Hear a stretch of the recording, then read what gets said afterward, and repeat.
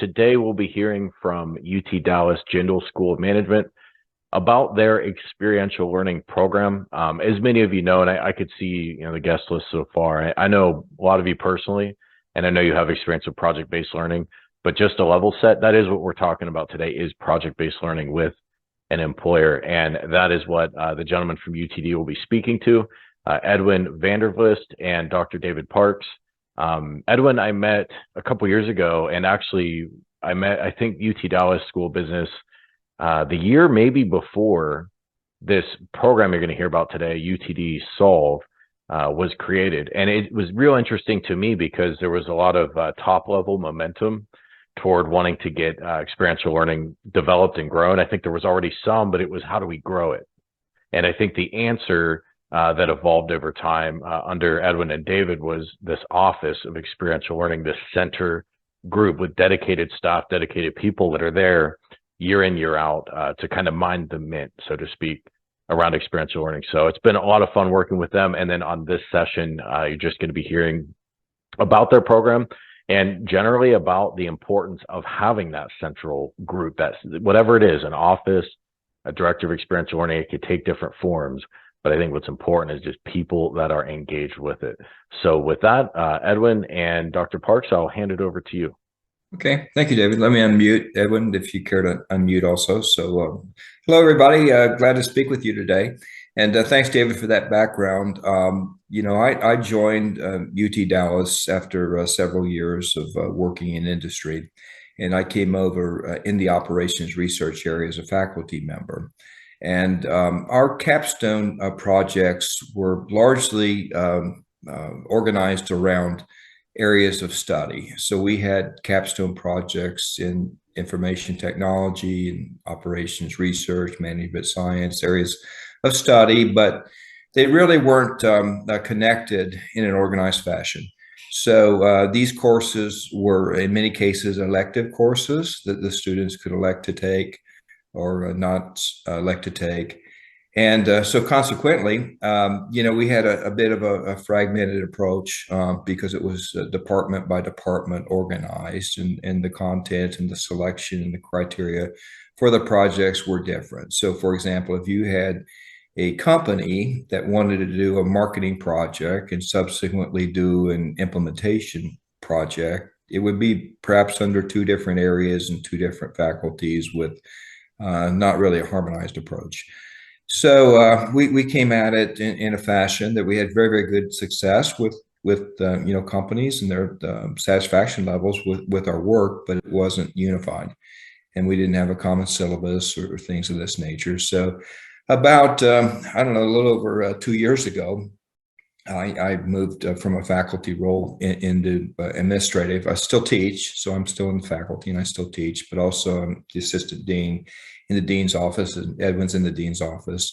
So we decided to organize, this in a more structured fashion, that we had common platforms, EduSourced, to manage our projects and help, organize our communications with our clients, help students understand how to go about things in a systematic approach, that we could put out standard documentation on syllabi, grading rubrics. So regardless of which area is teaching the course and which area of study, it has a unified and kind of cohesive approach. So this goes through our selection of projects, our management of projects, our engagement with students, our engagement with the companies, our engagement with the faculty. It's been quite good. So we didn't get there overnight. It was a couple of years, but the university decided to create the office in the dean's office specifically for this purpose. So we moved from an elective program to a required program. So now students are required to take capstones in the Jindal School of Management as part of their degree plan. All management students come under this umbrella. And in addition to the UTDsolv that you see there in the picture from the capstone projects, we also require students to do an internship, and we require students to do 100 hours of community service. So we've organized this in a very, very structured manner that the capstone projects are on the left side there with the blue, and those are typically with companies for profit. They're for business. You know, we have industrials, as you'll see later, and retail companies, and financial, etc. And then on the right, the green, are the nonprofits. That's the community service area. But we manage both of these through EduSourced. So we can track the projects, know the faculty assignment, and do them in a consistent manner. The nonprofits are a little bit lighter in scope, because many times these nonprofit organizations are dealing with volunteers and things of that nature. So you don't have such a heavy scope document or such a heavy syllabus, and it's 100 hours versus a full 15-week semester. So on the left, we go through full scope documents. We go with a limitation of students. The students have to meet all the prerequisites to be admitted into this course. And then we have, very clear-cut deliverables that's all managed through our EduSource. So we have all these documentations that, regardless of which area is teaching it, we have a standard structure that everybody follows.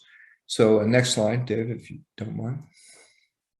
Yeah, and actually I forgot something on the first slide, which was, if any of you have questions as we go, feel free to ask them as we go. So it's not going to be just at the end. We will be able to address questions throughout. Just wanted to let you know. Yeah, ahead, Dr. Parks. Yeah, thanks, Dave. Just moderate them, and we'll pause and answer the questions as they come in. So we've had a conviction here that this experiential learning really prepares our students. We've heard that from our industry advisory boards and things of this nature. So the people that have engaged with us have been very happy, with the outcomes. And they have real life, real world projects we work on.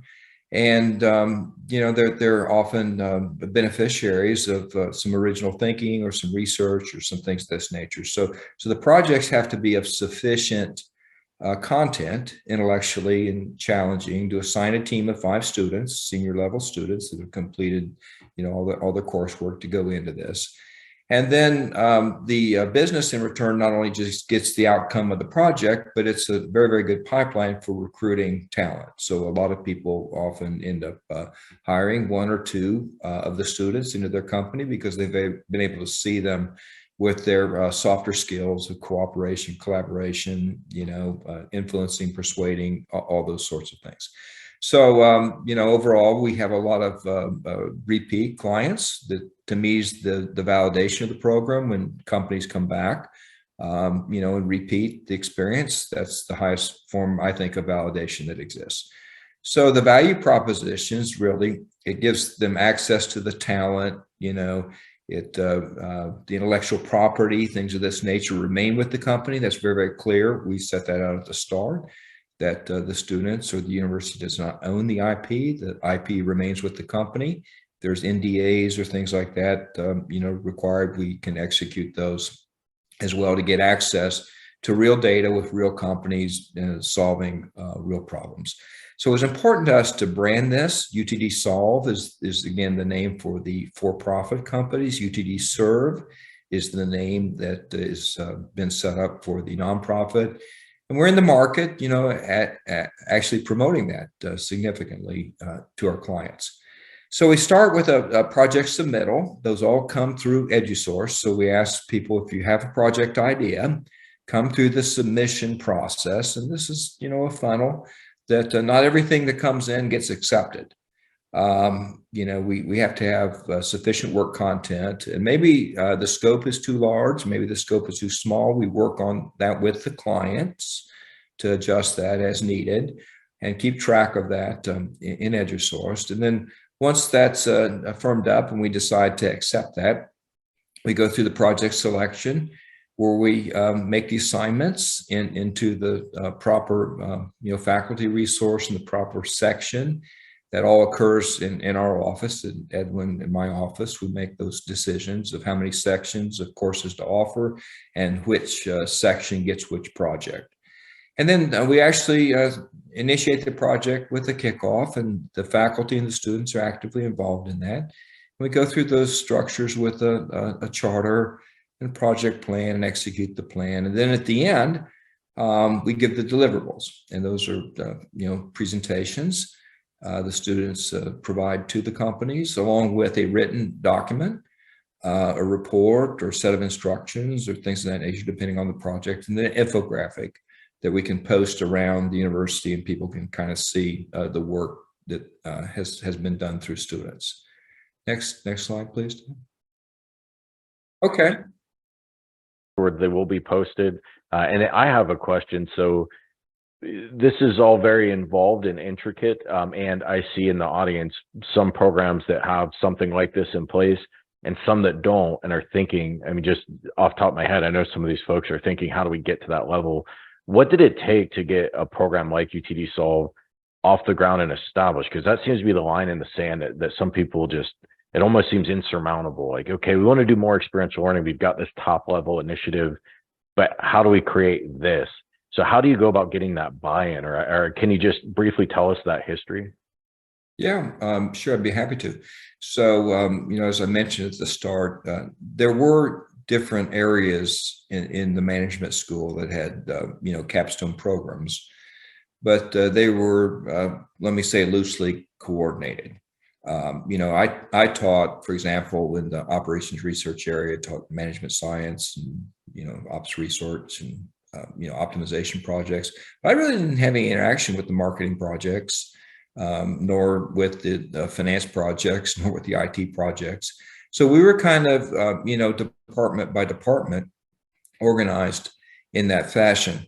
And then what ended up happening was we would have projects come in, but there wasn't a clearinghouse for them to decide which area they should go in. So it was a little bit, kind of confusing. If a company came in our school, where do they go to get the projects assigned and resourced, right? So it was mostly department by department, and it wasn't clear even to the clients or within the school. So the dean decided, hey, this is a good thing.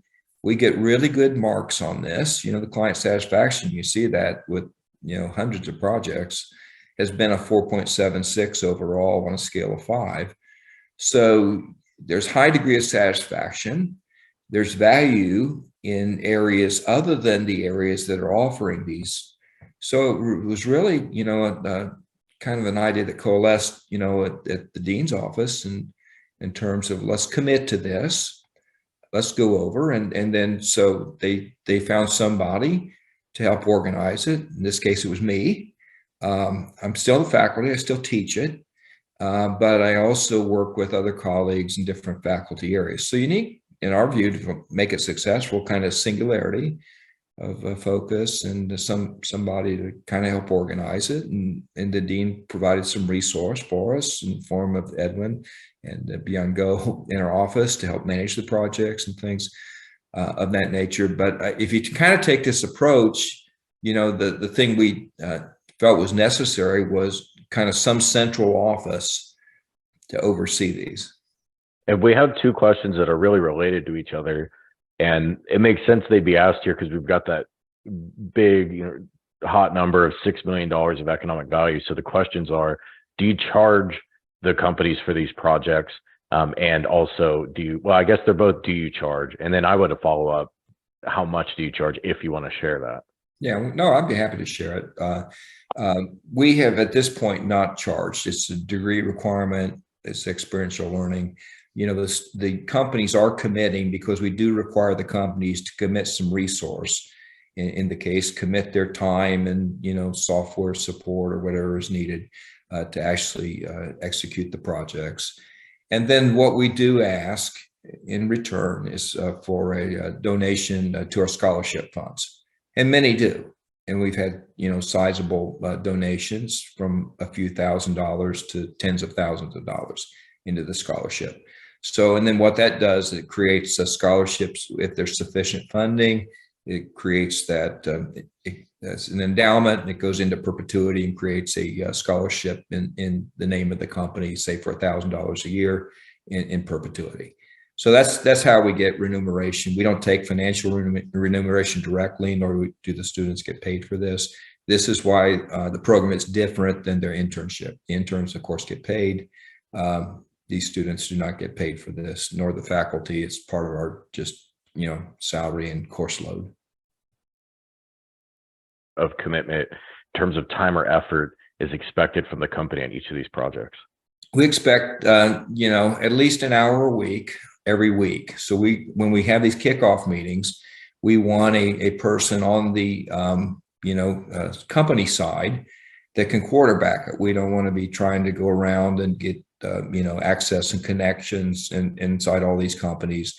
And generally at the start, we create a structure and a cadence that we ask for, regular time, up to 1 hour per week, say every Monday at 2 o'clock or Thursday at 10 o'clock or whatever fits the company schedule. Because if you try to organize these ad hoc as needed, it's extremely problematic to get the folks from the company and the students all aligned at the same time. So we meet in person in class. This is a 3-hour course for us. So the students meet with the instructor in class every week for 3 hours. Then in addition to that, they're expected to meet with the client. They're expected to do work outside the classroom on their team projects or research or, things of that nature.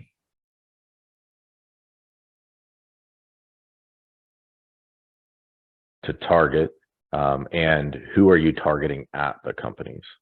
Well, we're generally targeting someone that's at a sufficient level that can commit. So, they have to be in some managerial capacity, and we go as low as like section managers, as high as like VPs. Depending on the size of the company, we may go to higher level like the president or something like that for smaller companies. But larger companies, we generally go at a director or VP level. So if you kind of categorized it based on volume, if companies are, say, over 250 million in revenue or something, we generally go at a director or VP level. If they're like under 250 million, we generally go, at VP or president or something like that, because it's important that the company is willing to commit the resources inside their company to make this successful. This won't work if the people on the company side don't engage, provide subject matter knowledge, provide access to data, interpret, help mentor, guide. And many of them actually are looking to recruit good talent. So, we haven't had a lot of opposition from people not participating once they've engaged and started. It's something, though, that has to be set out at the start. And we believe in that structure. And then most people, there's not been an issue with it.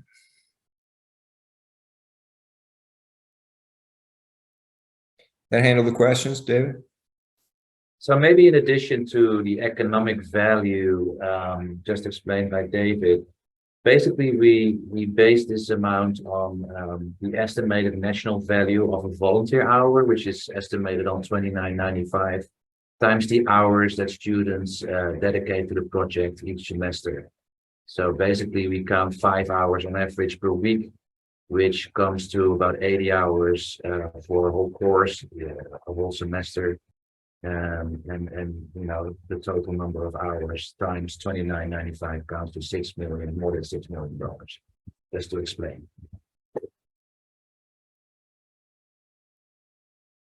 Questions too, if I know who you are. So Nagesh from, I believe, Michigan Tech, what is the duration of each project? These are semester long, right?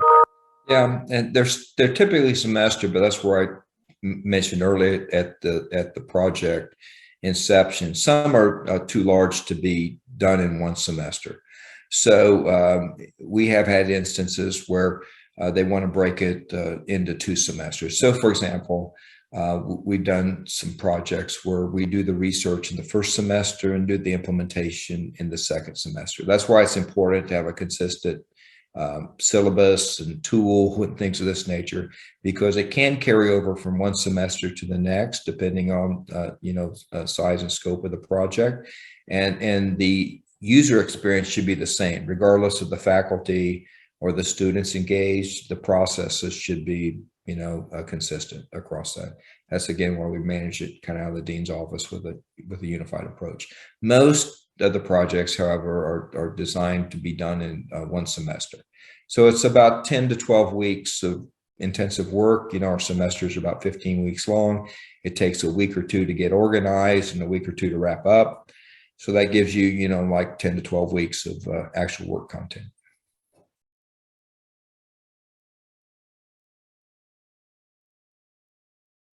Scaled up pretty fast. So this is a fairly large program. You see the numbers here, and your client satisfaction is really good.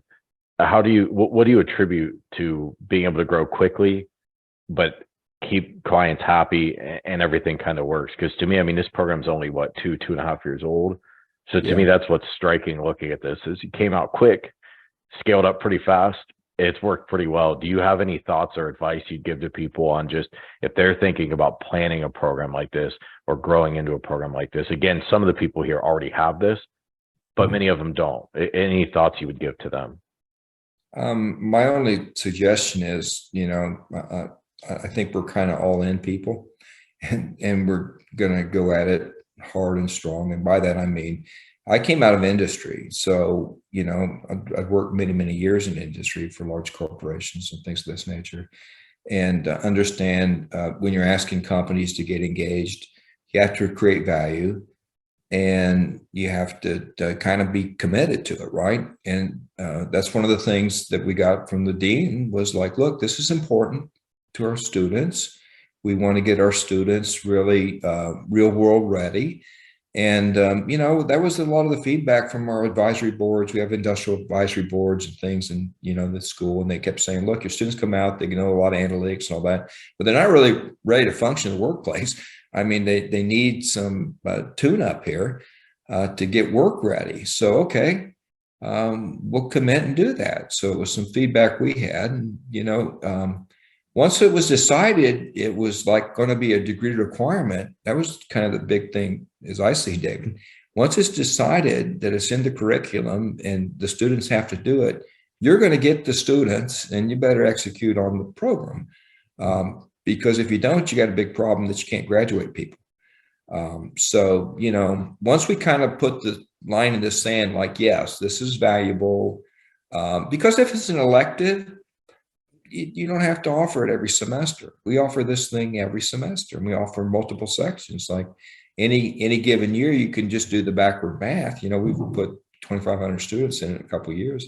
We've put over 1,000 students through it a year, 50 per section. You know, you can figure out pretty quickly you need 10 or 12 sections every semester. You need 10 or 12 faculty leaders every semester. That's a big deal. And you got to have some structure to get it done. And it kind of came down like, okay, we're committed to it, and it's no longer an elective; it's a requirement, and we're going to offer it every term. So let's resource it properly. So I don't think unless you can have that commitment to engage and resource, can you be expected, you know, to have this kind of success level. Does that answer your question? It was interesting to have these two sort of sister programs here. I talked to some programs that really focused on corporate, some nonprofit, some small business. You've kind of got a couple different legs here and a couple different brands to service both sides of that.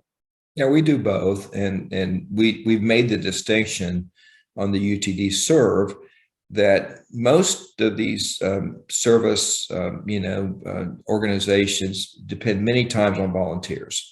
So that whole thing about getting the cadence with the company in the same corporate level and the commitment and the, you know, we're going to meet every Monday at 2:00 and et cetera. You may not be able to have that rigor in a nonprofit or a volunteer organization. Volunteers, they're engaged in other things, they're donating their time, et cetera. So we don't have that same rigor necessarily in these volunteer projects. They're a little shorter in duration. And, you know, we can see that we got many, many, many more organizations, right? So where you saw the other numbers, a few hundred companies, it's like thousands of volunteer organizations. They always have needs, but many, many times they're not very well organized, or, you know, they're not, in a fashion that you can have that rigor of the scope and the requirements. They just need some help. So sometimes it's research help. Sometimes it's going to the food bank and helping distribute food and things like that, right? It's maybe sponsoring some sort of thing at a hospital or something. So, you know, they're shorter duration. We don't have that same structure of 5 per team and et cetera, right? If you know, the food bank needed 10 people on a Saturday to go over, we'd organize a project and go over for a Saturday and help distribute food. So it's a far more flexible kind of structure, but we'd still need an ability to account for the students, give them credit for the work they've done, manage the projects, make sure there's like no conflict where people are trying to use free students in a for-profit kind of venture. You know, we don't permit that, right? So there's some controls that are needed here also. So that's why we made the distinction between companies, for-profit, and volunteer for nonprofit, but we haven't a structure like that umbrella showed at the start of managing both and giving students credit, you know, for the work they do in both areas. It's from Dorothy Kittner. For clarification, is the student population participating these undergraduates across all programs or specific to certain schools? Do you offer anything for graduate students? Yeah, why don't you take that, Edwin? Yeah, so this is specifically related to community engagement, I assume, right? This question. Yeah. Yeah. So no, I mean, we have a UTD-wide system. It's called Engage UTD, and Engage UTD focuses actually on the whole of UTD, so on all students. And for this program, we use GivePulse, which is a community engagement platform where students also administer their service hours, and they can sign up for projects, can find their projects there. So in terms of Engage UTD, it's focused on the whole of UTD. So within JSON, we focus mainly on the undergraduate students, but also graduate students, they can join. And yeah, these numbers you see here on the screen, they're basically focused on both course-related projects and projects that students undertake individually. The course-related projects, they are basically managed within EduSourced, and the individual hours served with nonprofits and public organizations, they are managed in GivePulse. So if you're a JSON student and you know that you need to do 100 hours of community service, you can either start, you know, reaching out to nonprofits and public organizations yourself, using GivePulse, finding some projects, or you can say, well, let me do this particular community engagement course here at JSON, you know, be part of a project with 1 or 2 or even 3 or 4 student teams doing a project throughout the semester. So yeah, those are the 2 different paths that students can take within JSON to finish their 100 service hours. I hope that answers your question. Yeah, and some of it also is of sufficient, you know, content that we can organize, you know, a team and work on it for several weeks. I'll give you, for instance, there's animal, you know, rescue organization here in Dallas called Operation Kindness, and they're a no-kill animal shelter. And they have just expanded as the population of Dallas has gone, and they're over on the western area between Dallas and Fort Worth over near the airport. And they needed some other representations. They want us to look and find, you know, suitable area. Where should you go? The east, the north, the west, et cetera. So we looked at the demographics and we did things on like placement of pets, and, you know, helped them actually do a lot of data analytics. Like, you know, I didn't know this, but it's a lot harder to place cats than dogs. You know, you hear about cats and dogs can get placed even up to an older dog, but once a cat is like over a year old, it's really hard to place the cat. So that's a challenge, right? And then we said, well, let's do some data analytics and look at household formation and things, because there's certain tendencies for pet ownership based on household formation and income level and things. And then, hey, as a proxy, let's look at proximity to veterinarians and use that as kind of a heat map source. So the students learned about that, shared that with the Operation Kindness people, then helped get the center funded and actually helped them on the geographical, retail research on where it should locate and, the real estate associated. So that was a project that was big, and it was for volunteer, right? And for, so these don't just have to be just, a one-day event. They can be for several weeks also. And there was a question on the previous slide for UTDsolv from Ed Riefenstahl from TCU. He's saying numbers seem to indicate 9.5 students per project. Is that correct? And Yes. I would add, are our students repeating maybe? What's that look like? No, that generally what we do is we'll put 2 teams on a project. And the projects, are heavy enough that it requires support of, approximately 2 teams, 5 students per team. And then some clients actually want the students to compete. And we've had competition even not only within student teams at UTD, but we've had competition with other universities. Now, those are blinded to us. We don't know that. But the clients have done that, and that's fine. And at the end, we see presentations from other universities as well as our students in a bit of a competitive fashion. Some want students to do primary research and secondary research. We divide the teams that way. Some, want to divide the duties, but that assessment is right. Generally, there's 10 students, organized in 2 teams, 5 per team. And Gary Brooking asked similarly, it appears your team size much larger for UTDsolv, but I think we just heard it. It's actually multiple teams on a project. I've seen that elsewhere. I don't see it super commonly. So anything you want to add on multiple teams per project, that model, what you might like about it or how it works for you? Well, I think it gives the flexibility if people want to have alternate opinions, and the teams can work collaboratively or separately. And I'll give you a for instance. One team wanted to do an environmental area, and we organized it based on geography. And we had certain teams work on certain geography and another team work on another geography. One company, large international company, wanted to do distribution modeling, and we divided the teams in North America and Europe on that. Same company, same objective, but they wanted to look at Europe as a project and look at North America as a project, right? So sometimes it lends itself to organization, by the nature of the work content. So it seems to work well. It gives you a little more resource to get the projects done.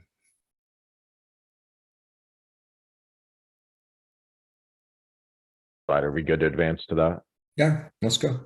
Okay, so there are a lot of people on here was what stuck out to me when I first saw this, right? This is a big group, as one might expect from the numbers you shared earlier. But so Levi M asked, how do you recruit so many companies? Do you use the UTD advisory board? And what I wondered was, are any of these people helping recruit? Is that a separate team? What does that look like to pull in all these companies you work with? Yeah, all the above. Our advisory board, clearly our alumni is another big source, right? Alumni bring in projects. They've gone through this, some of them as a student, and they're a good source for us. And then all those folks across there bring in projects too. So they have, Reese in the industry, and Yuko is in electronics, telecom, Rita's in consumer retail marketing, Jeff's in human resources, John's in heavy industrials, Sean's in healthcare. Right, so we got a lot of folks with a lot of different reaches into different markets. And then again, part of this is we have fairly high repeat rate and fairly, high recurrence of companies coming back. They don't always come back every semester from one semester to the next, but often they come back in the same year or next year. So, we have, well over half the projects come in are from repeat clients. So, we have a good, basis from which you can continue to build, right? If you build happy customers, they tend to come back, and then you just add on to it, right? With new customers.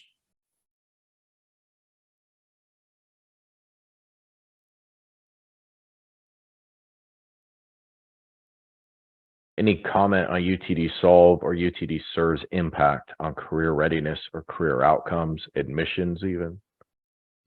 I can speak kind of to the exit more than the incoming. Yeah, that's one of the value propositions to the companies. You know, the advisory boards and folks of that nature made it clear that the students need a little bit of management. And we have these also, you know, in a structured fashion. So in addition to covering the project work, we do some curriculum work. We teach the students on, you know, business communications and things like qualitative interviewing and how to communicate. We teach them on ethics. We teach them on risk management, project management, globalization, innovation, you know, all different kinds of topics in these courses beyond just doing the project. So we have, you know, standardized learning on that. And then what we do is really improve the softer skills of the students on conducting meetings, you know, collaborating, doing research, understanding how companies function, and et cetera. And again, it's very common for some of these students actually get hired by the companies they work for.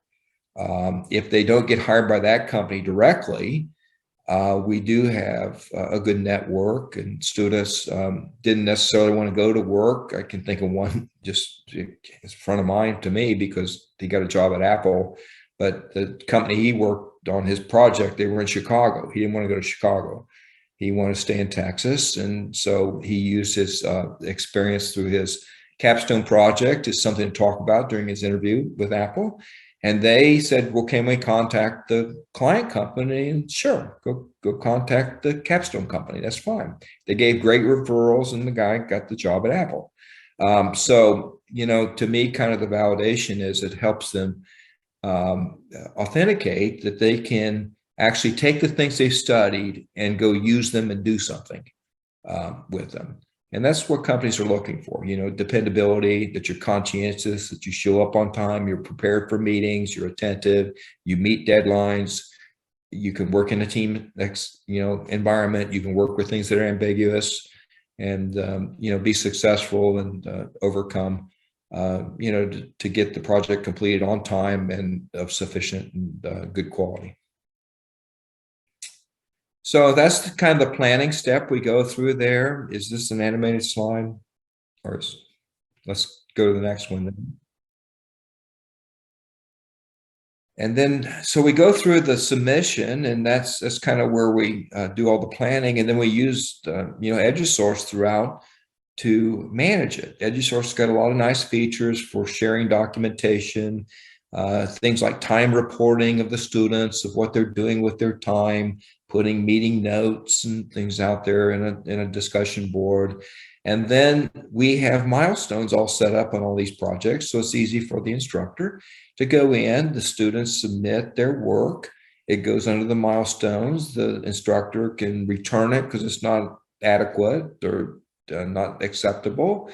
And then it comes back through a cycle, and we have, you know, process for revision, modification. We do have processes for modifying even scope once we're in the project, but it's all in a you know, project management format. So let's go to the next, and then we close it out right at the end. So as we grade, we use the surveys at the end to give kind of unvarnished feedback. Of course, the instructor gets feedback independently from the client company as the project's going along. We give a midterm formal readout, formal grades at midterm, so you know the people know exactly where they are with regard to their performance in the course, and the clients have a part of that as well as the instructors. And then at the end, we get a full 360 view on closure, and they give all the handover, right? And then the client actually grades us. That's where we get that 4.76 grading at the end. So that's how we use it. So it's kind of a little bit more there. There's a lot of stuff on there. I'm not going to read it to everybody. I think we could make this available, but it's just the normal kind of things you go through in setting up and managing any project. So let's go to the next slide then. Okay. Yes, Cerna, how large are these classes and how many projects are worked on at the same time? Is there a client per project? How many clients per semester? Okay, so we do have enrollment in each section limited to 50. So we put 50 students. Ideally, we'd have 5 projects, 2 teams of 5 each. So we'd have 5 client companies with 2 teams per company. So that gives you a total of 10 students on each company, 5 projects in each section for coverage of 50 students. If you get many more than 5 or 6 projects going, the faculty has trouble managing those. That's kind of the lessons I learned early.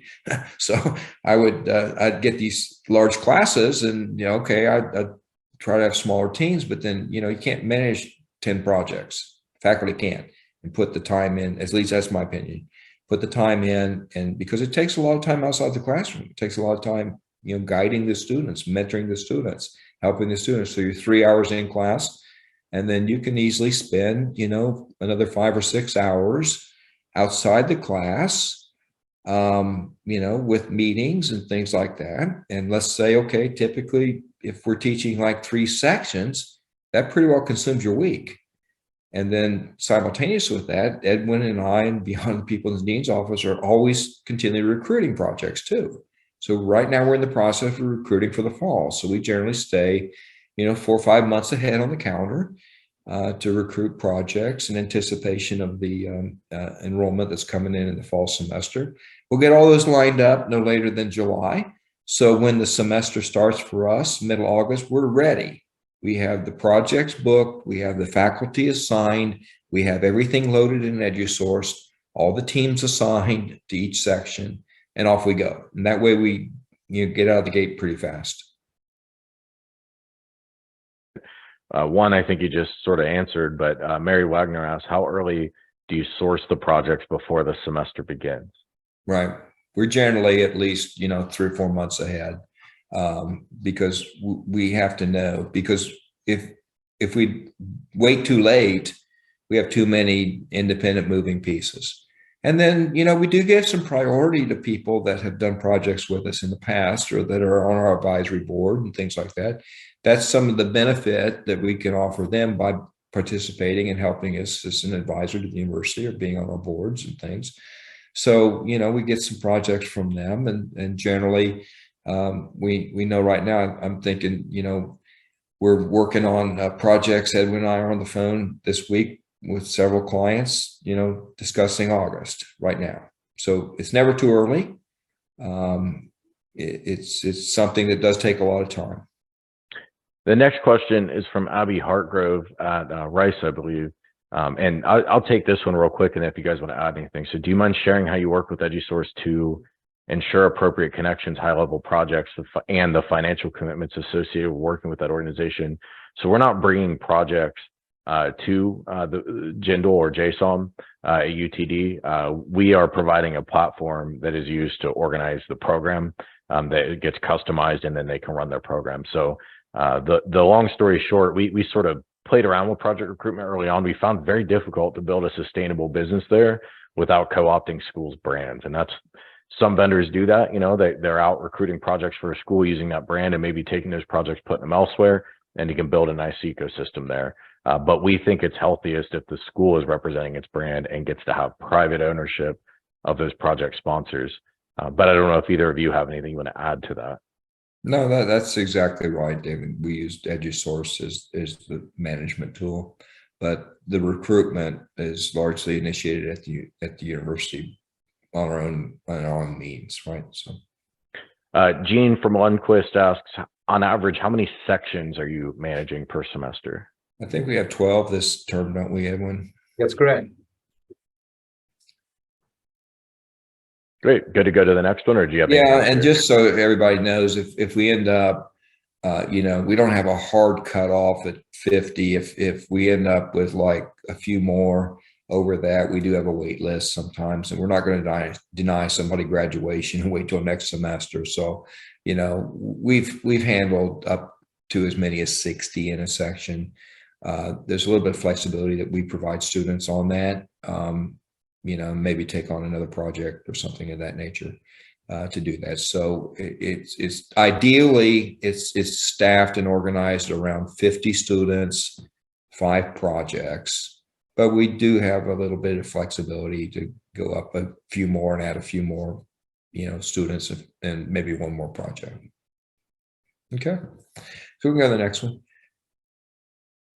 So that's kind of where we are on things, and you can see on the bubble charts kind of where we're managing. You see the dashboards and all those things we use.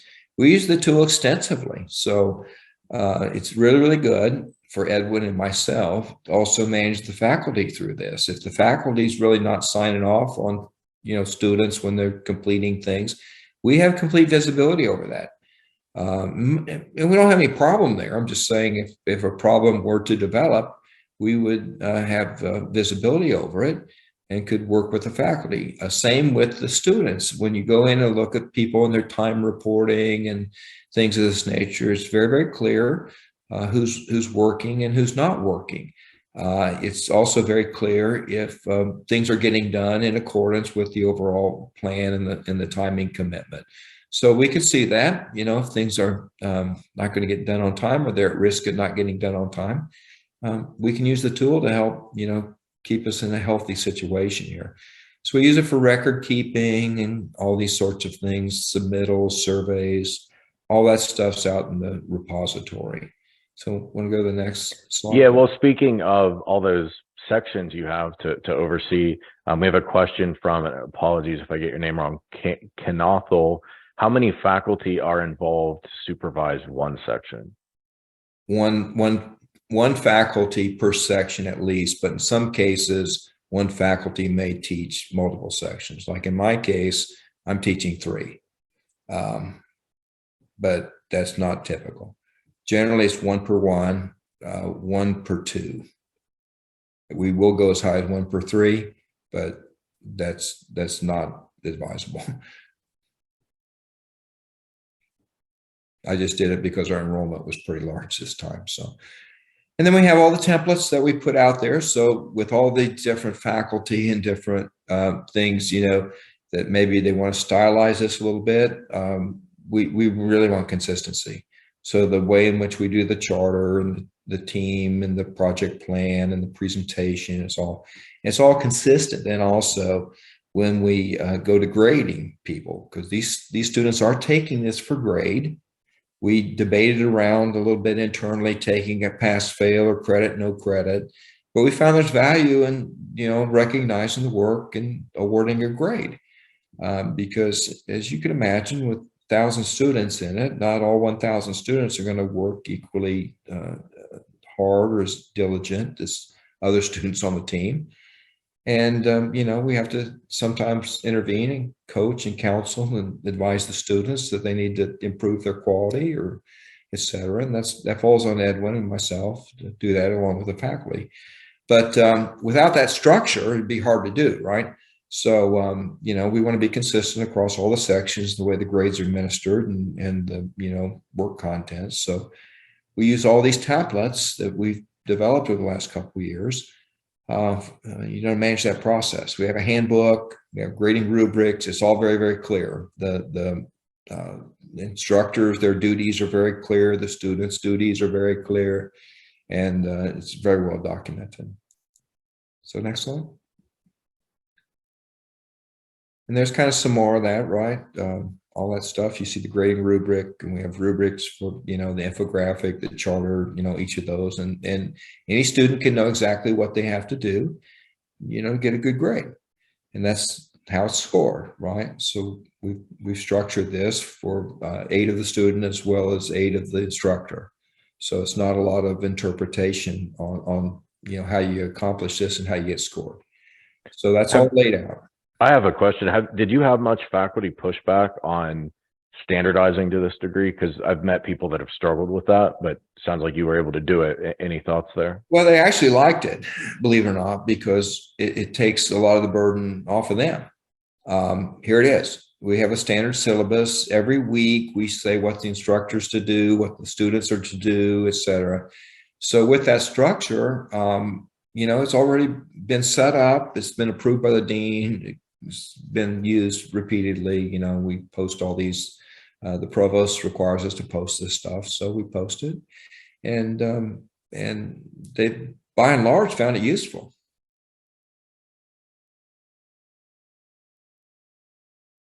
And we'd love to see the syllabus if available.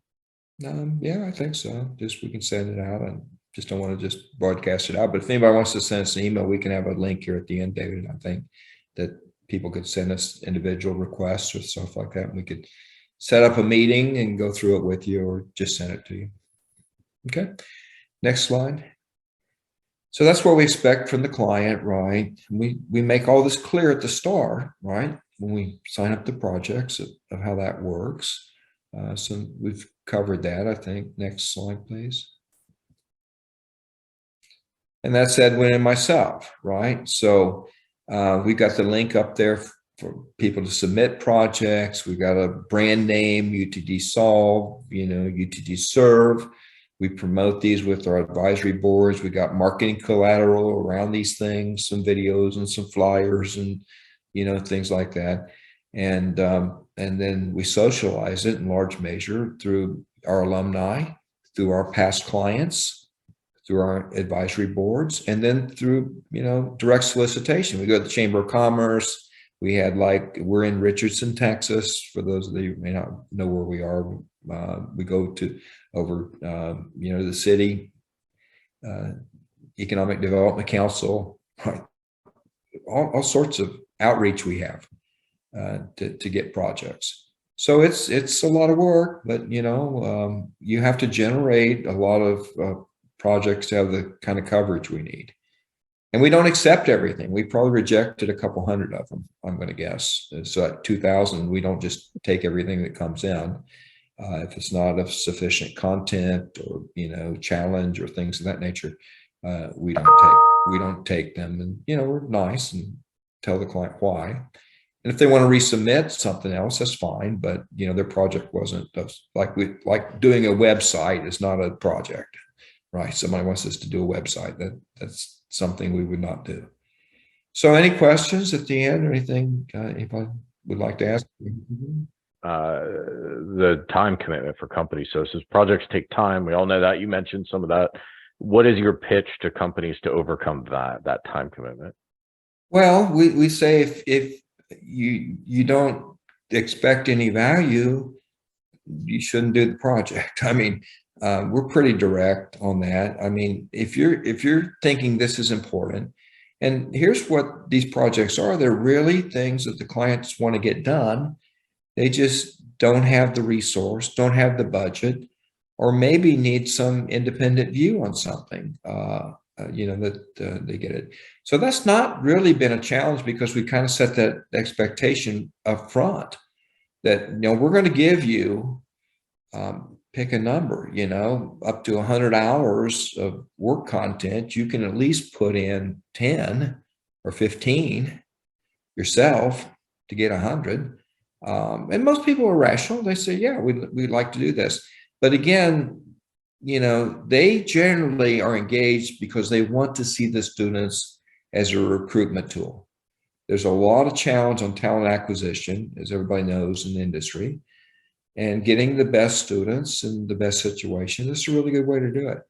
So, you know, they actually like the visibility. We had, in fact, someone was calling from Rice. We have a client in Houston. They came up here at their own expense last week, spent the day with us to work on their project with their students. They flew up here on their own expense and flew back to Houston and spent the entire day with us. So as surprising as that might be, we haven't had that issue. You touched on this earlier, but how different is the person you're working with, you, Edwin, your whole office, to recruit project to be the sponsor or to sell them initially on this commitment versus someone who's placing internships at the school? Well, it's a different thing. Internships are run through the Career Center, and internships are for a specific function in a specific company for a specific period, right? And they come in, they post in the job boards and things like that through the Career Center, and we have a steady flow of this. The projects are a little more creative. They're often more challenging, and they often engage, resources from a team of students. So it's really a different area than an internship. It's not unusual that, okay, a project member maybe wants to intern at that company. Okay, that's fine. They want to go there full time. That's fine. So we're connected, but we're not like conflicted.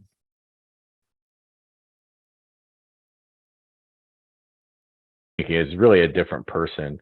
Perhaps the person overseeing internship placements might have a different perspective on that time commitment versus someone in a position to do a project who might even be interested in that time commitment, because that level of exposure to the students in the school might be exciting.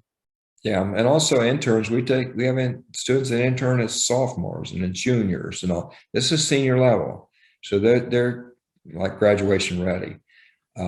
So it's a difference from that also.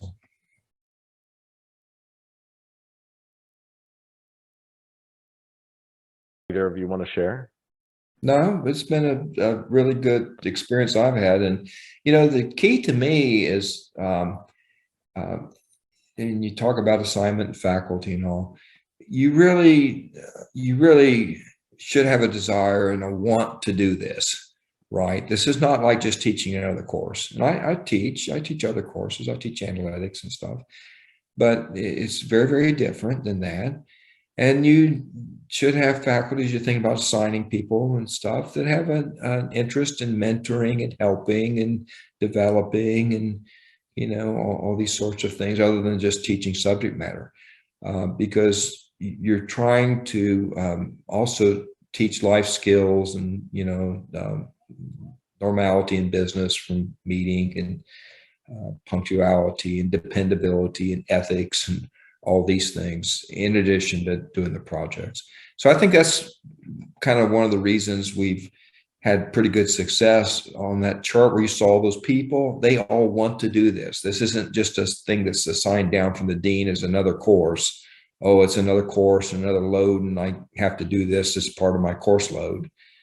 People that are in this teaching these courses have asked to do this. They want to do this. They like doing this. And it is different than teaching the same course year after year, semester after semester. I teach statistics, for example, and pretty much every semester it's the same subjects we cover. But these are entirely different students, different projects, different challenges every single semester.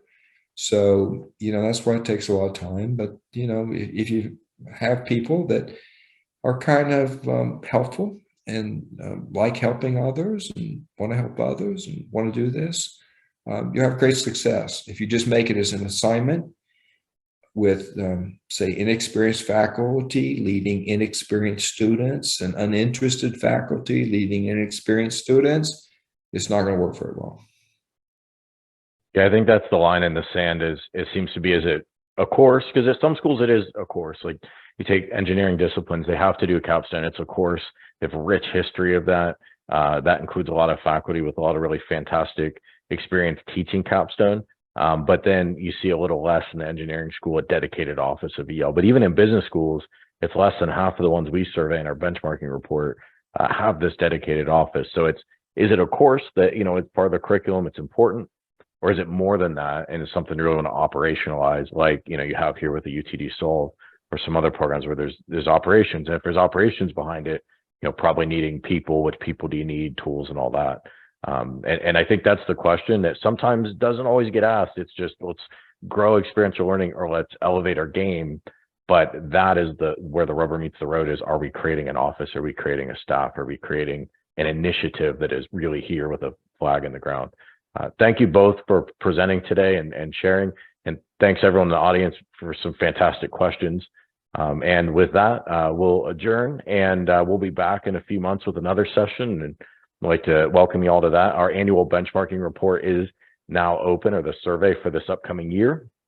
So I can email you all a link to that if you want to share your program's information. And that's how we publish out best practices, trends, insights on experiential learning. And anyone who takes that survey will get early access to that benchmarking report. So Dr. Parks and Edwin, thank you so much, and we'll talk to everyone soon. Okay. Thanks, everybody. Bye now. Thank you for joining.